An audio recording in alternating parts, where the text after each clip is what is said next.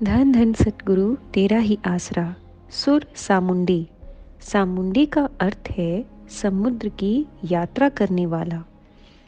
सामुंडी के वियोग में तड़प रही उसकी पत्नी बार बार शिकायत करती है कि उसका पति उसकी परवाह किए बिना उसे अकेली छोड़कर यात्रा पर निकल जाता है और बहुत समय तक दोबारा मुंह नहीं दिखाता।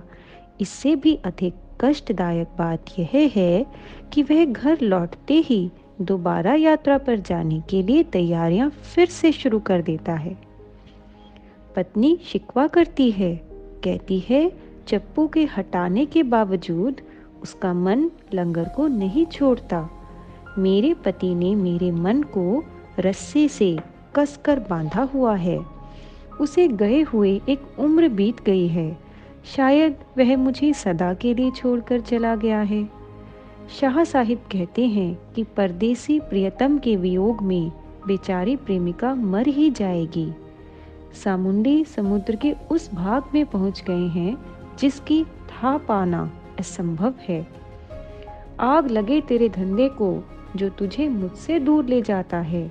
आज फिर सामुंडी व्यापार करने के लिए वापस यात्रा पर जाने की सोच रहे हैं और आठों पहर सफर की तैयारियों में लगे हुए हैं।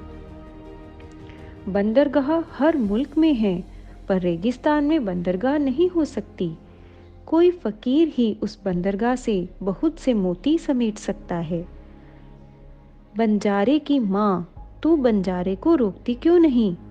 वह 12 महीनों के बाद वापस आया है और अब दोबारा यात्रा पर जाने की तैयारियों में जुट गया है। हे परमात्मा, इस बंजारे से ब्याह करने से तो मैं कुंवारी ही अच्छी थी। उत्तर हवाओं के आते ही मेरा महबूब जाने की तैयारी करता है। सामुंडियों का पूरा ध्यान हीरे मोतियों की तरफ है। यह सारा सुर सांकेतिक है। सामुंडी कामिल मुर्शिद है और पत्नी मुरीद है।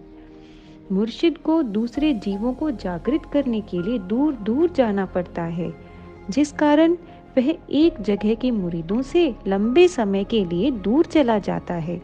उसके मुरीद उसकी जुदाई में तड़पते हैं। सामुंडी जगह जगह जाकर हीरे मोती इकट्ठे करता है। उसकी नज़र कीमती लालों पर होती है। मुर्शिद जगह जगह पर जाकर उन अमूल्य रूहों को ढूंढता है जिन्हें जागृत करके मुकामे हक पहुंचाना उसका संसार में आने का मुख्य उद्देश्य है।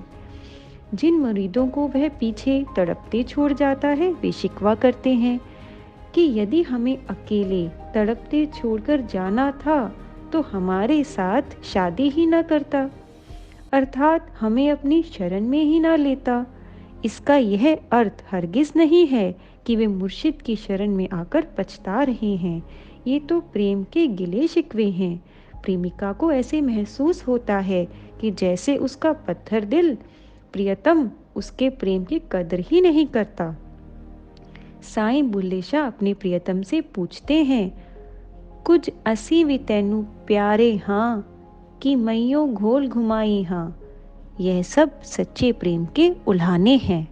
धन धन सतगुरु तेरा ही आसरा।